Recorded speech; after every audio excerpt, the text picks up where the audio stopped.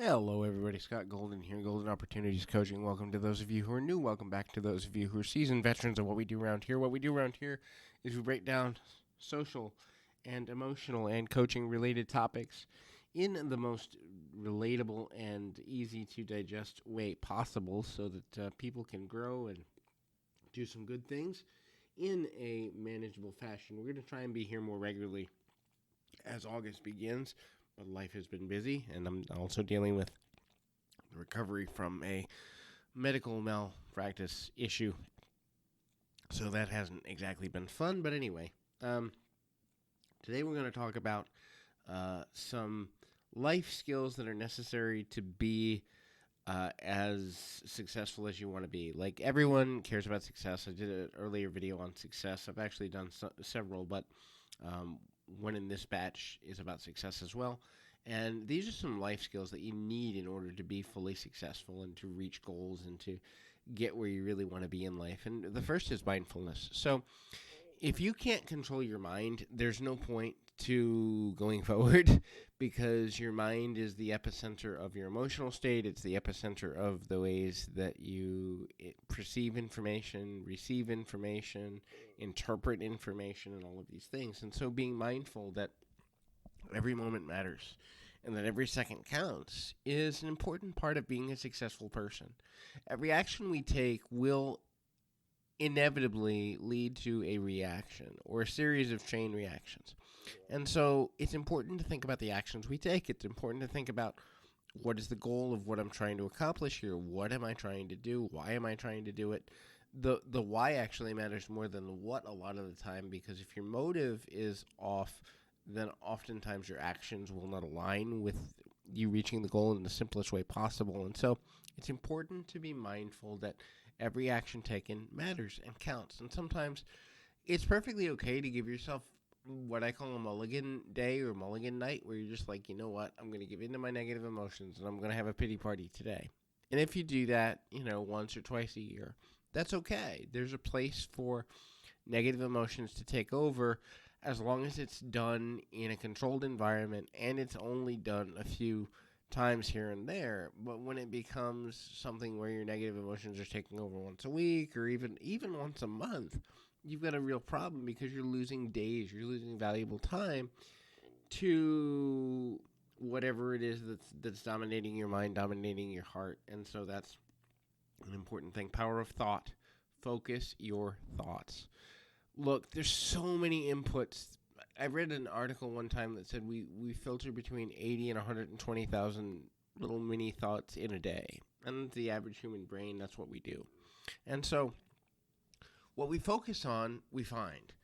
And the focus factor is so important. If you believe the world is harsh and dark and horrible and there's nothing that ever is going to get better for you, then you'll find situations that line up with that. If you believe that love is never going to find you, or that you're never going to find the right job, or that you can't keep friends, you'll find circumstances that align with your truth.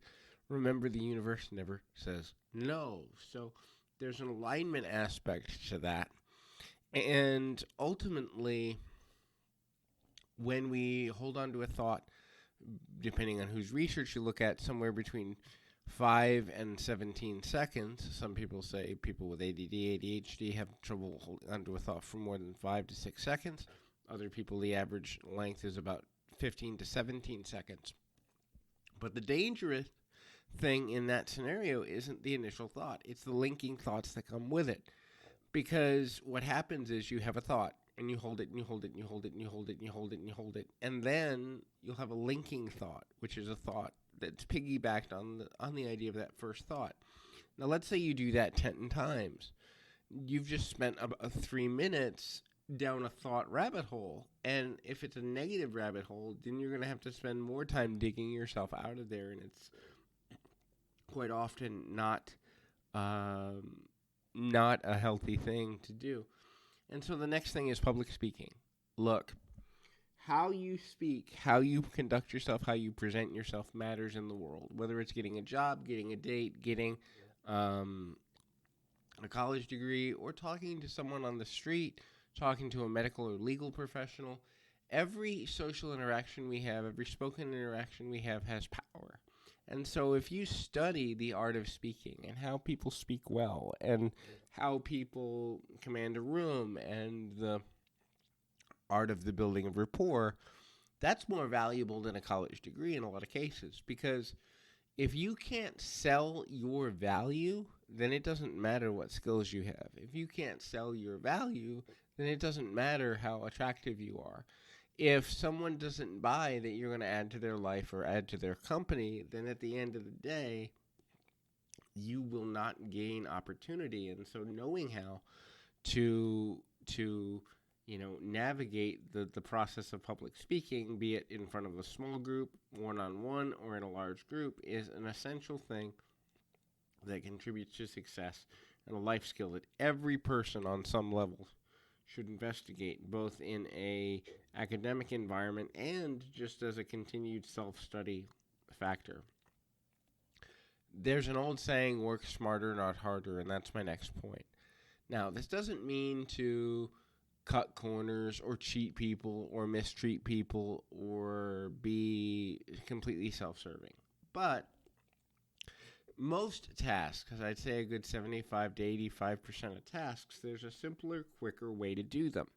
If you chunk your time properly, and that is break things down into a series of tasks versus one task, then think about what I'm going to do next and what I'm going to do next and what I'm going to do next, you save time.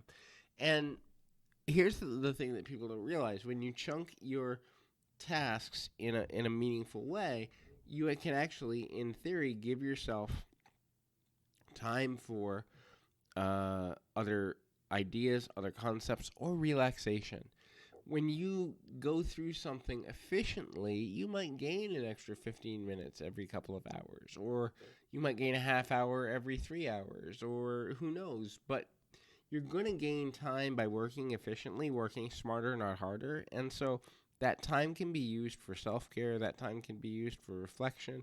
That time can be used for the realities of whatever it is you want to use it for. And it's always good to have no extra time or net time to do things that allow us to improve the quality of our lives. And so, next thing I want to talk about is the art of negotiation.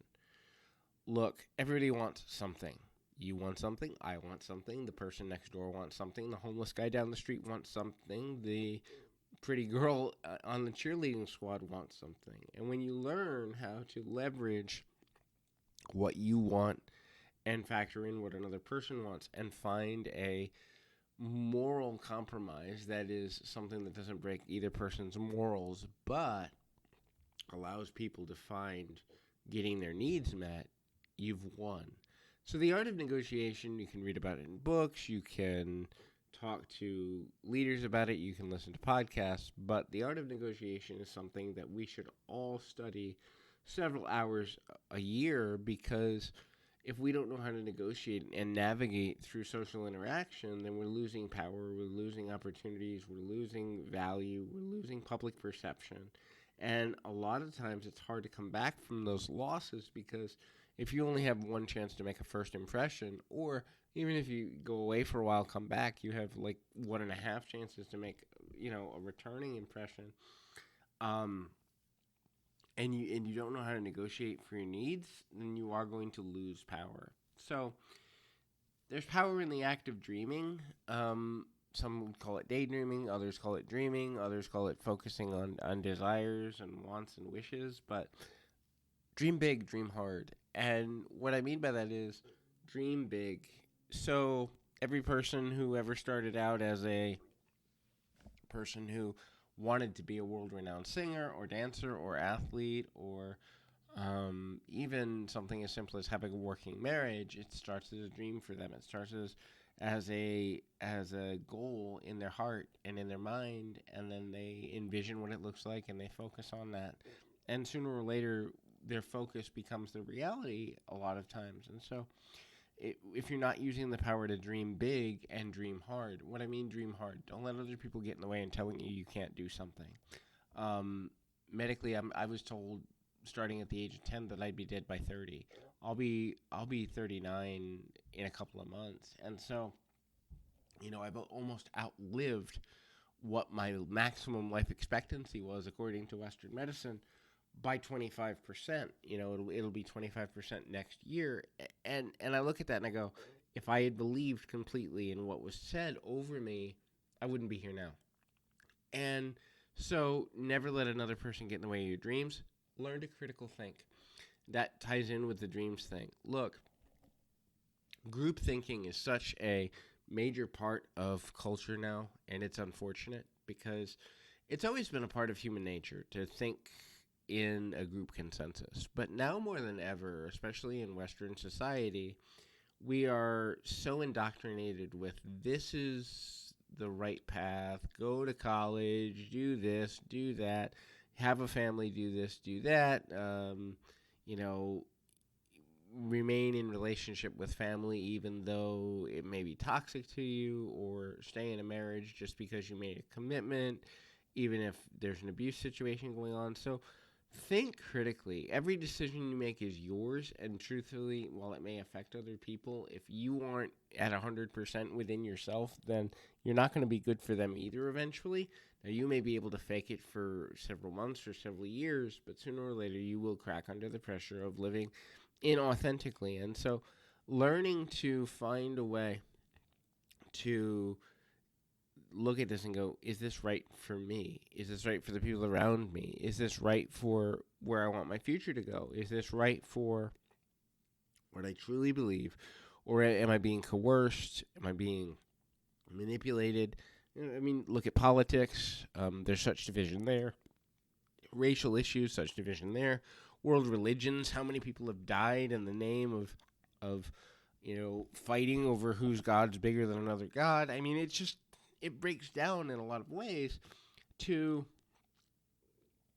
group thinking can often, not always, but quite often be dangerous. And so learning to critically think about what's best for you and those around you is an essential key to life skill in terms of being successful, healthy, and happy. The last one for this particular audio is learning to learn. So become a student of life. Now, a student of life doesn't mean you go to college for the next 30 years, although for some people the academic world is where they learn best. But you can learn from listening to podcasts. You can learn from watching a TV show. You can learn from talking with others. You can learn from reading books. You can learn from listening to audiobooks. There's a million ways to learn new skills, new belief systems, new habits, things that you want to do, things that you want to change about yourself, things that you want to help the world to change. Information's out there more than ever before. I mean, I heard it said one time, within less than 500 characters, you can learn anything you want to learn in the world anywhere.